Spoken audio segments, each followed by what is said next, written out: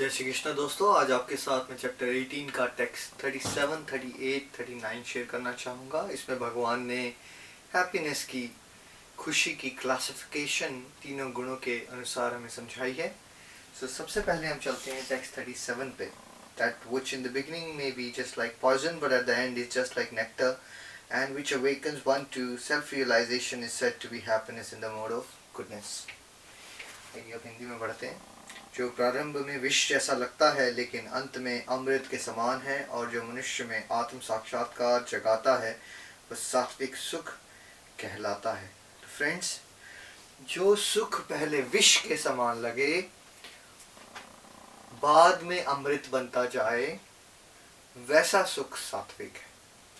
और जो हमारे अंदर आत्म साक्षात्कार यानी कि सेल्फ रियलाइजेशन यानी कि स्पिरिचुअलिटी यानी कि डिवोशन ऐसी फीलिंग्स को जगाता है, ठीक है।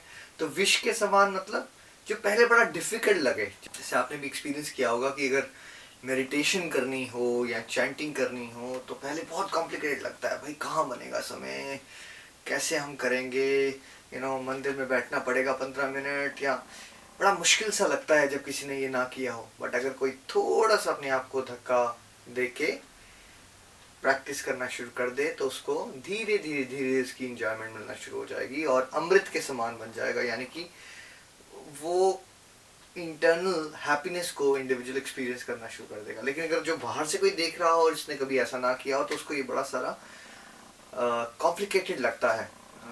लेट्स से अनदर एग्जांपल, जैसे कि बैलेंस डाइट।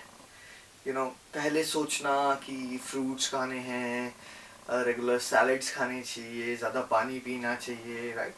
ये बड़ा कॉम्प्लिकेटेड लगता है ज़्यादातर लोगों का, बिकॉज टेस्ट कोई और होता है तो मन कहीं और होता है। लेकिन अगर कोई एक बार वो टेस्ट डेवलप कर ले सात्विक आहार का, बैलेंस डाइट का, तो बाद में उसको वो प्लेजर देता है, बिकॉज उसकी हेल्थ अच्छी रहती है और वो अच्छा भी फील करता है अपने बारे में। इस तरह से हम देखेंगे कि सात्विक सुख में इनिशियली डिफिकल्टी होती है और यही कारण है कि ज़्यादातर लोग सात्विक सुख की तरह अट्रैक्ट नहीं होते, बिकॉज सब लोगों को इंस्टेंट प्लेजर चाहिए। सात्विक रास्ते में इंस्टेंट प्लेजर नहीं है, पहले मेहनत करनी पड़ती है, प्लेजर बाद में मिलना शुरू होता है। लेकिन जो उस रास्ते पे चल पड़े बाद में प्लेजर जो है वो बढ़ता जाता है। अब सेकेंड काइंड ऑफ हैप्पीनेस होती है मोड ऑफ पैशन, राजसिक हैप्पीनेस। आइए टेक्स्ट 38 में समझते हैं। That happiness which is derived from contact of the senses with their objects and which appears like nectar at first but poison at the end is said to be of the nature of passion।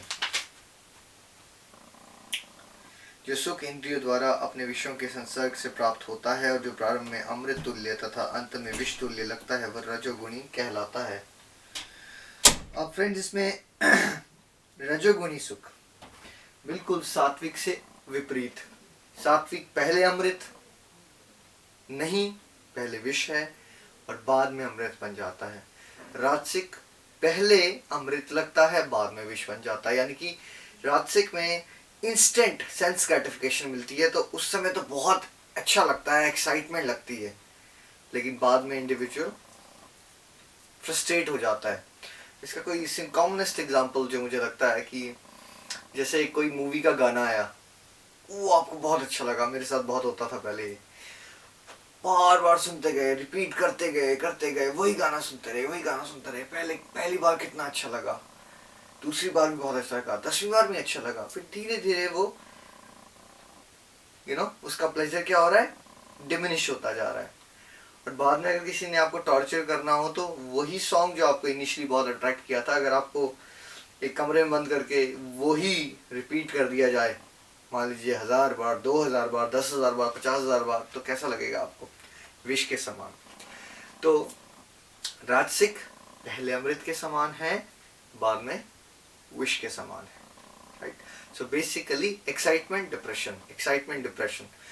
ज़्यादातर लोग राजसिक की तरफ attract हो जाते हैं because वो instant pleasure चाहते हैं, लेकिन वो ये नहीं देख पाते कि वो इंस्टेंट प्लेजर तो उनको मिल जाएगा लेकिन वो परमानेंट हैप्पीनेस नहीं है, स्टेबिलिटी नहीं है, बाद में इनको डिप्रेशन भी मिलने वाली है। Okay, so mode of passion में जो हैप्पीनेस है वो बहुत फ्लिकरिंग होती है। अब हम समझते हैं तामसिक हैप्पीनेस, मोड ऑफ इग्नोरेंस की हैप्पीनेस अगले वर्स में। Text 39. And that happiness which is blind to self-realization, which is delusion from beginning to end, and which arises from sleep, laziness and illusion, is said to be of the nature of ignorance.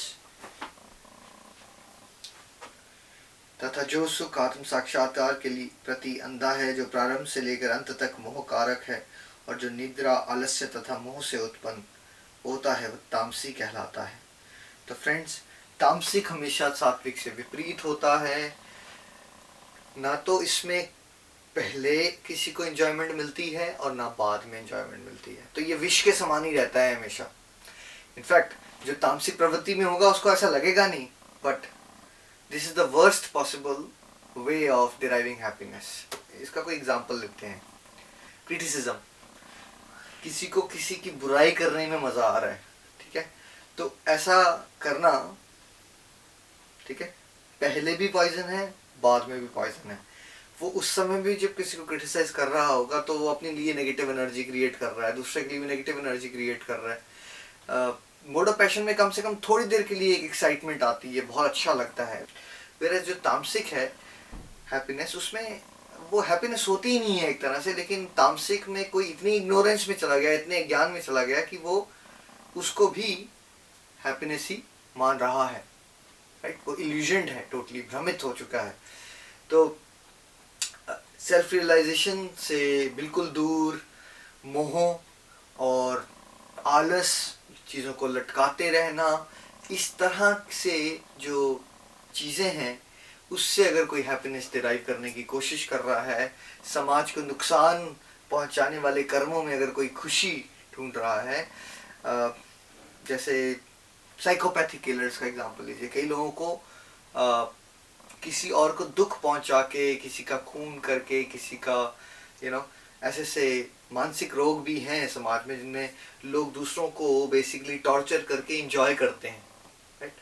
उस तरह की जो प्रवृत्ति है वो तामसिक है friends. तो मैं इसको रिपीट करता हूँ, सात्विक सुख में पहले विष है, बाद में अमृत बनता जाएगा और किसी को वो अध्यात्म की तरफ, भगवान की तरफ ले जाएगा। तो सात्विक सुख की तरफ बढ़ना सबसे बढ़िया है फ्रेंड्स, बिकॉज सात्विक से ही हम भगवान की तरफ बढ़ सकते हैं और सात्विक से ही हम स्टेबिलिटी से अपनी ड्यूटीज को परफॉर्म कर सकते हैं। राजसिक गुण में हैप्पीनेस पहले बड़ी अट्रैक्ट करती है, अमृत लगती है, बड़ा ज़्यादा मज़ा आता है, लेकिन बाद में वो विष बन जाती है, बाद में वो ख़त्म हो जाती है बेसिकली। तो एक्साइटमेंट और डिप्रेशन में चलता रहता है एक इंडिविजुअल। और तामसिक में तो एक इंडिविजुअल विष में इनिशिएट करता है अपनी ज़िंदगी और विष में ही समाप्त कर लेता है, एंड दैट इज़ टोटली अंधकार, बेशक एक हेलिश लाइफ होती है। तो फ्रेंड्स, अगले वीडियो में मिलते हैं अगले श्लोक के साथ। जय श्री कृष्णा।